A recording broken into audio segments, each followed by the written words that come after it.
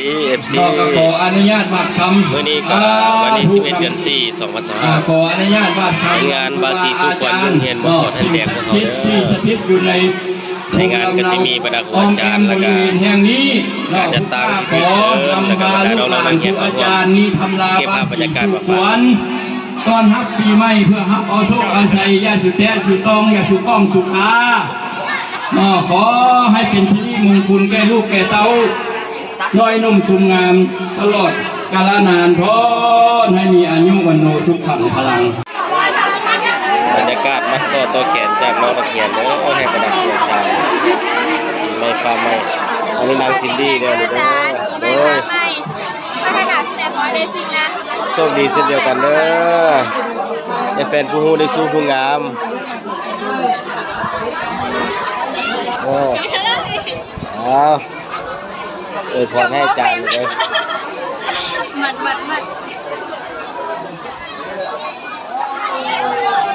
อายุมันควรยืนก็มีแต่ซิปเก่าทั้งนั้นเนาะบ่เก็บภาพบรรยากาศฝากน้องนักเรียนเพิ่นมัดแขนให้ได้เนาะ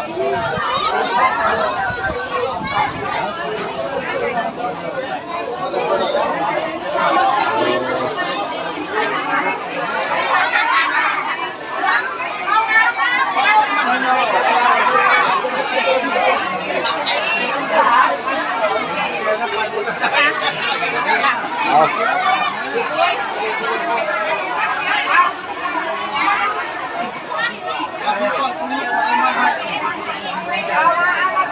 ามีแต่ผู้งานได้เห็น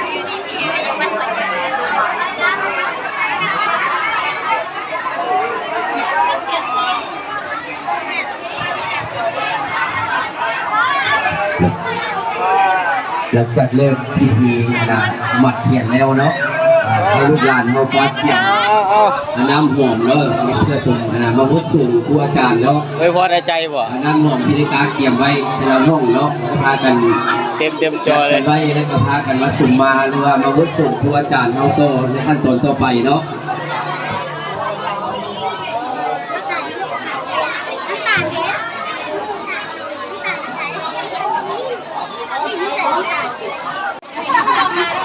สาธุสาธุ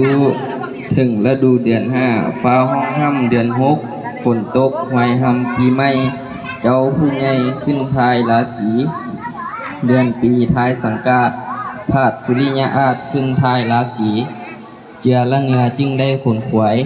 บุกผ่ามาลาดวงดอกเขาตอกดอกไม้และทุกเทียนเอามาเรียนไว้ซองหน้าแล้วจึงกระทำขออโหสิกรรมเสียซึ่งโทษหลอนว่าได้ปากพูดได้ก้าววาจาได้เที่ยวไปมาบ่ฟ้องได้ยื้อย่องถึงหัวตกใจกลัวย่านสั้นใจสะบันเล่าลุงจิตหลอนว่าได้ทำผิดอันบ่ชอบหลอนว่าได้ตอบถ้อยและเถียงความขออโหสิกรรมนำครูบาอาจารย์ด้วยเถิดสาธุสาธุสาวครูมอสอดท่าแดงเด้อ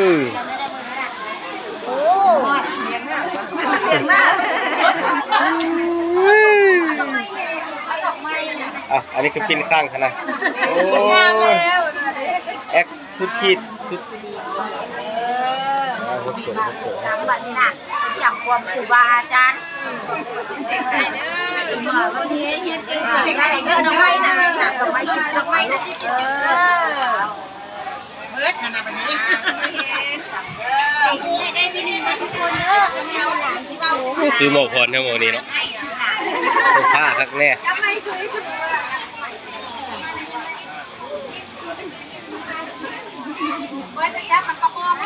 เอาเข้ามาโลดนักเรียนเอาเข้ามาเลย